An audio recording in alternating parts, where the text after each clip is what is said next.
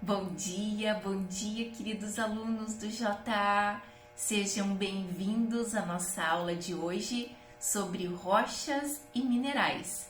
Então, para dar continuidade ao nosso conteúdo anterior, que a gente estava falando de solos, né? Formação, constituintes, propriedades dos principais solos do Brasil e do Paraná. Então, agora vamos adentrar um pouco mais nesses assuntos tão curiosos e bonitos que são rochas e minerais. Eu particularmente sou apaixonada por essa área e temos muito que aprender com ela. Muito bem, então, o que são minerais? Minerais são compostos ou elementos químicos maciços, cristalizados e formados a partir de processos inorgânicos, químicos, né? E eles também podem advir de asteroides ou meteoritos que atingiram o planeta Terra em algum momento. Então veja, os minerais, eles são formados por cristais e eles estão presentes nas rochas. Por exemplo, aqui eu tô com um cristal de quartzo rosa, né? Olha que lindo, quartzo rosa. Agora vamos pensar, se eles estão inseridos nas rochas, vou imaginar aqui, ó, uma rocha, né? Um basalto e de repente nós temos o que nele? Ametista, cristais de ametista. Como que foi formado isso, né? Não sei se vocês já pegaram em algum momento uma pedra aí na propriedade de vocês, quebraram, ela já estava quebrada, onde que aparecia essas pontas, né? Então, vamos pensar, o nosso solo, ele é formado a partir de rocha magmática, né? O basalto, no caso. Então, veio o derrame de lava basáltica milhares de anos atrás. Em alguns lugares, com esse derrame muito rápido, ficou ar, né? Bolhas de ar. Dentro dessas bolhas, através dos gases, do calor, desses agentes da natureza e da química do material, se formaram os cristais, né? Então vamos pensar aqui, ó, essa ponta aqui de cristal, quartzo cristal, aqui ela tá pura, mas ela estava revestida de uma rocha. É muito, muito interessante isso. Bom, então, no planeta Terra existem vários tipos de minerais. E isso dá uma grande gama, uma vasta gama de minerais na natureza. Então, vamos ver alguns. Por exemplo, a ágata rosa, nós temos a ágata verde, temos a ágata azul. Eu não sei onde que eu coloquei a minha. Esse mineral aqui, o olho de tigre. Nós temos a pedra da lua, que vocês adoram. Ágata fogo. Olha que linda.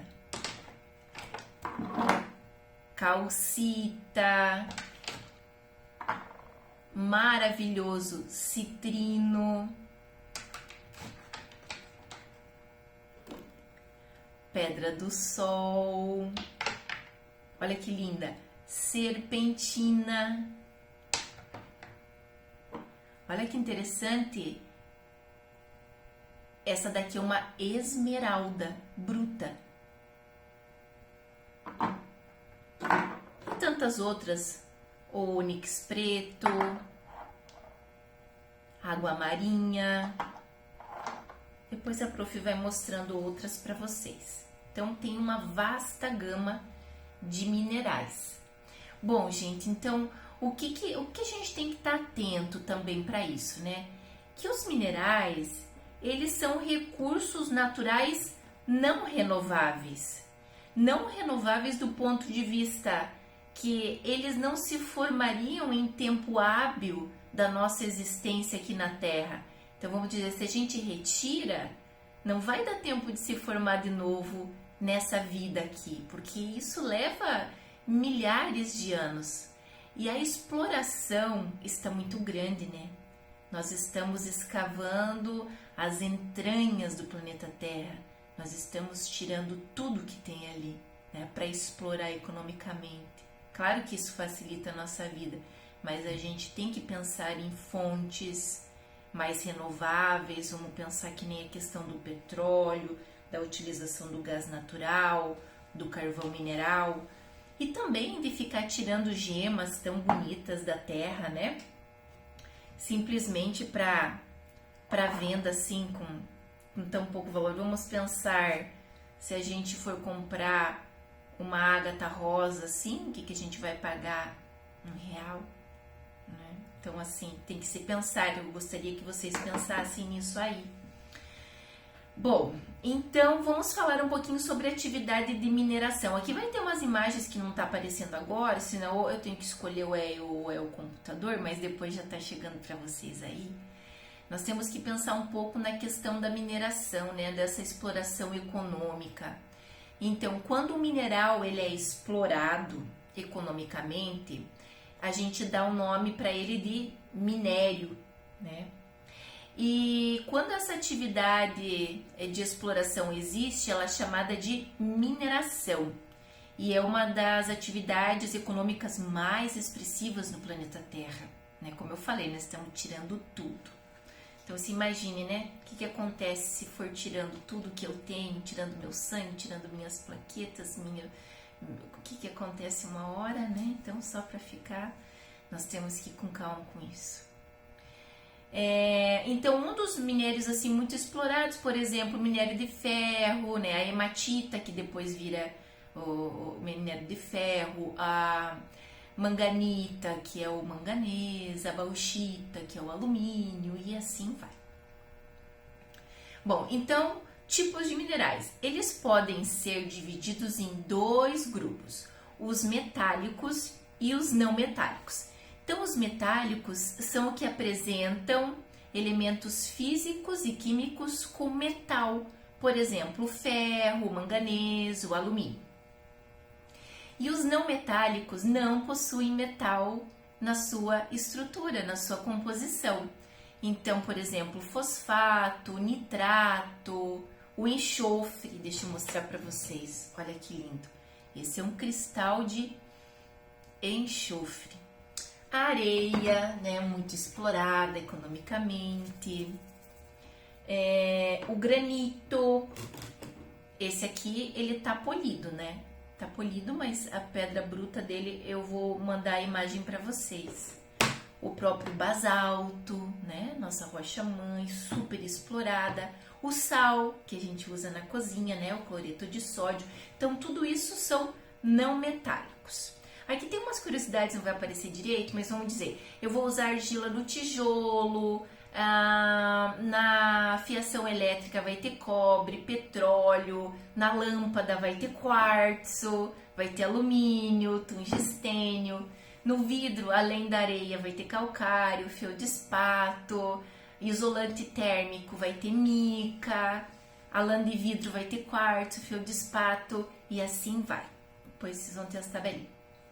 E nós temos outro grupo muito importante, que são os minerais fósseis ou energéticos, que são divididos em dois grupos também, combustíveis fósseis e minerais radioativos. Então, como combustível fóssil, nós temos carvão mineral, gente. Olha que interessante isso daqui. Não é carvão vegetal, não. É mineral, carvão mineral, muito explorado. Nós temos o petróleo, né? E nós temos o gás natural. E energéticos radioativos, o tório, o potássio e principalmente o urânio. Bom, então os minerais eles são divididos também, né, quanto às suas propriedades físicas e químicas. Então nós vamos focar agora na aula nas propriedades físicas, né? Então vamos falar sobre cor, dureza, transparência e brilho. Essas quatro, tá? Então, o que seria quanto à cor de um cristal, de um mineral? Eles podem ser idiocromáticos e alocromáticos. Idiocromáticos, eles têm sempre a mesma cor, e alocromático varia a cor. Então, vamos entender. Por exemplo, a pirita. A pirita, ela é, quando que não varia a cor, idiocromáticos. Sempre ela vai estar com um tom amarelada. Olha que linda. Chamo isso aqui de ouro de tolo. Mas é linda, né? A malaquita, eu coloquei uma para vocês verem. Essa daqui é uma malaquita. Então, a malaquita ela vai ser sempre verde. Agora, vamos pensar em cristais. Cristais, nós temos o cristal transparente, incolor. Nós temos o cristal rosa. Nós temos cristal ametista, o roxo. Onde eu coloquei minha ametista? Roxo, né? Nós temos o citrino. Citrino, ele é coisa mais linda. Olha lá. Laranja, amarelo. E assim vai. Quanto à dureza. Então, qual é o mineral mais duro do planeta Terra? O diamante, né? A gente corta até vidro com o diamante. Mas vamos pensar numa escala que representa a dureza dos minerais, a escala de Mohs. Então, nós temos o talco e o gesso, que eles vão riscar com a unha. Isso daqui é o talco, ó, o mineral talco, levinho, não tem cheiro, tá? E risca com a unha.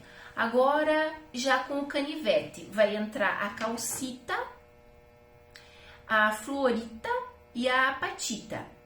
E os que riscam com o vidro, aí tem o quartzo, próprio quartzo, topázio, diamante, né?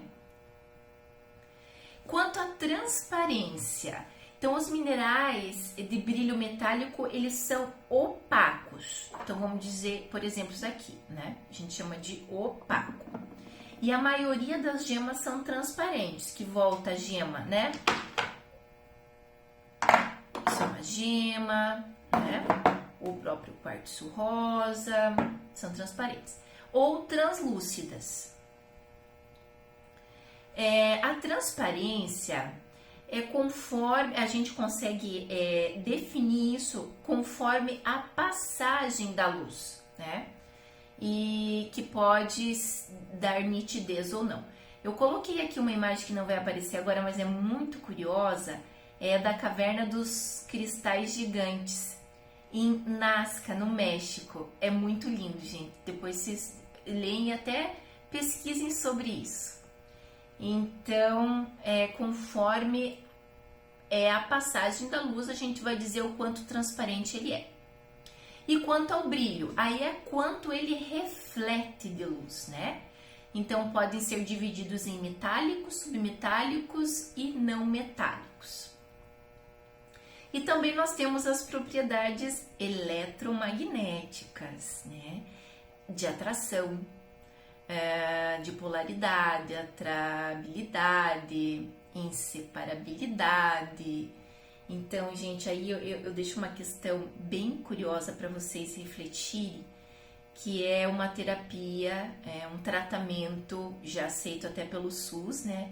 Que se chama cristalterapia ou cristaloterapia, que é a terapia usando os cristais, né? Então, se existe cientificamente essa atratividade, essa questão de poder medir o índice de polaridade dessas gemas, então o que isso faz para nós energeticamente, né? O quanto que esses cristais, essas vozinhas da natureza que estão aqui, quantas histórias, quantas gerações, quantas coisas que elas viveram por aqui, o quanto que tudo isso pode beneficiar a nossa saúde, né? Porque afinal, existe um campo magnético no planeta Terra existe esse campo magnético em nós, existe esse campo magnético nos seres vivos, nas plantas, nos animais, e esses cristais, esses minerais, nosso corpo não tem minerais, não tem cálcio, não tem potássio, a gente não precisa de ferro, então eles estão na nossa estrutura molecular. Então, quanto isso pode nos auxiliar? É muito interessante isso, tá, gente? Isso não é só uma pedra, não. Isso daqui é vida, isso daqui é saúde também, tá? Então, nós vamos fechar esse capítulo. Vou dar uma atividade para vocês sobre minerais e depois a gente vai falar sobre as rochas, tá bem? Até daqui a pouquinho.